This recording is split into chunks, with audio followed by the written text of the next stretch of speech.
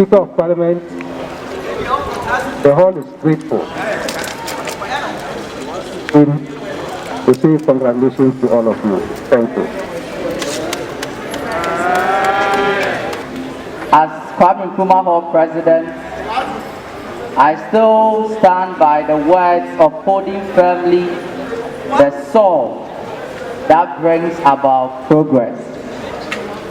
So in my mantra as a hall president, I hold on to the mantra of pragmatism. So I know both the majority and then the minority caucuses will work hand in hand so that they will make the work of the Speaker and then the business of the House simple. I might also say again that when it comes to the challenges the House of Parliament is facing, it has come to my attention. And I have taken keen consideration in this. I must again say that it has also come into my attention that there's the proposal of elevation of Kwame Nkrumah Hall Parliamentary House into a council, which I assure both the minority and the majority caucuses that we are going to fast track that elevation process. Mr. Speaker, First Deputy Speaker, Second Deputy Speaker, Clerk, Marshal, Honorable Majority Leader, and Honorable Minority Leader, and all dignitaries and my executives present, I say, let us work together in upholding the good name and the esteem of Kwame Nkrumah Hall. Thank you. As the judiciary, we look forward to work with the Parliament to ensure that our rules and regulations that have been laid out in the hall are observed. I pledge my allegiance to this House that we will cooperate or we will work together with the disciplinary committee to ensure that the functions laid out in this hall are working. Thank you very much. Your Excellencies, the President, the Vice President, the Chief Justice, permit me to associate myself with the earlier presenters and deem all protocol duly acknowledged. I, on behalf of Mr. Speaker, Right Honorable Yahya Abdul Karim, who is on a national assignment, bring you warm greetings from the University of Cape Coast Student Parliamentary Council. Honorable members, let the honorable title reflect on you, and at the end, the House will grow to become the council we all wish for it to become. Your Lordship, the Chief Justice, Brian Mawulong, all protocol as earlier established, duly adhered to. Mr. Speaker, may I take the opportunity to first address the honorable members of the House, and I can assure you that your stay in this House and your adherence to the principle of parliamentary democracy can never go waste. When you give your time that other people are giving to academics, to parliamentary practice, people see it that you are wasting your time. People see it that you are not doing anything. But wait until it begins to bear fruit. Because I can assure you, student parliament has taken me to places that my certificate in UCC has never taken me. Members of the House, as I said in my acceptance speech, that under my auspices as a Speaker of Parliament, we are going to accentuate the image of the Parliamentary House in Kwame Nkrumah Hall, and in doing that, right after this inauguration, we will auspicate our duties with inauguration of COVID-19 task force, And the Parliament House is actually going to enact a COVID-19 Act in Parliament where members will sit, Jojo, and bring together ideas to get the COVID-19 Act. And this COVID-19 Act will be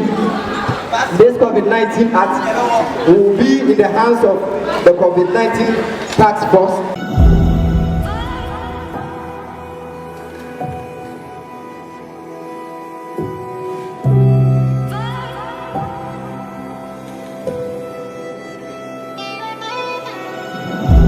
Why should you comply with the COVID-19 protocols? The JCRC of the Kwame Nkrumah Hall has instituted the COVID-19 task force to ensure students comply with the COVID-19 protocols. COVID-19 task force. Mask up and stay safe. So on this note, the work has been given unto us, and we've gathered ourselves, and it is actually a 20-member committee.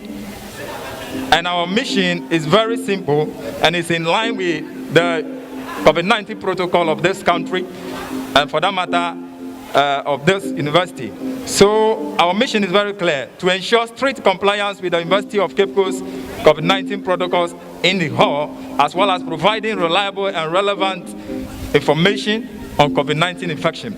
So all affiliates will agree with me that based on this mission, it means that it's not about heckling, it's not about punishment, but it's about our individual health. For that matter, I entreat all athletes that they should all comply with our work. We are duly poised to make this council an enviable one. Particularly, I was inspired, and I believe my colleagues on my bench were also inspired by the speech. Right Honorable Speaker, I would like to thank our dignitaries for their warm speech. Right Honorable Speaker, it is a very big day for the House of Parliament, KNH, and we are very happy for that.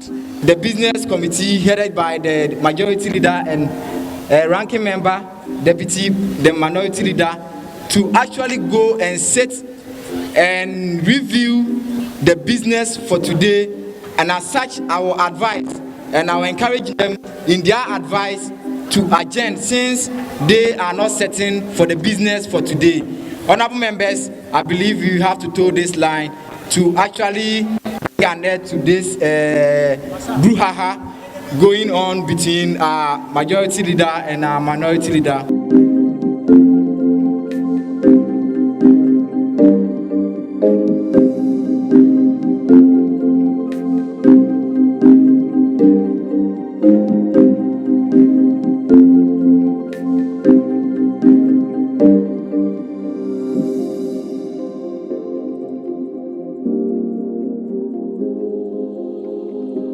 I think everything went in the right order. There were a bit of hiccup getting to the end of proceeding, but it was all good for the beauty of parliamentary democracy. The walkout is part of parliamentary culture globally, so it's normal. So everything went well. Being on the floor of Parliament was an exciting moment, and they have really shown leadership in the House. I know the majority and the minority caucuses, they had some disagreement here and there, but I think it's in the right direction.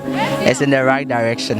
Kwame Nkrumah Hall, we always leadership by example, and then we always emulate excellence. So every student of Kwame Nkrumah Hall, all that I'm saying is I wish you all the best in all your endeavor, your academic duties, and even your social life. And again, we should always try to adhere to the COVID-19 protocols, and that is why we have inaugurated the COVID-19 task force.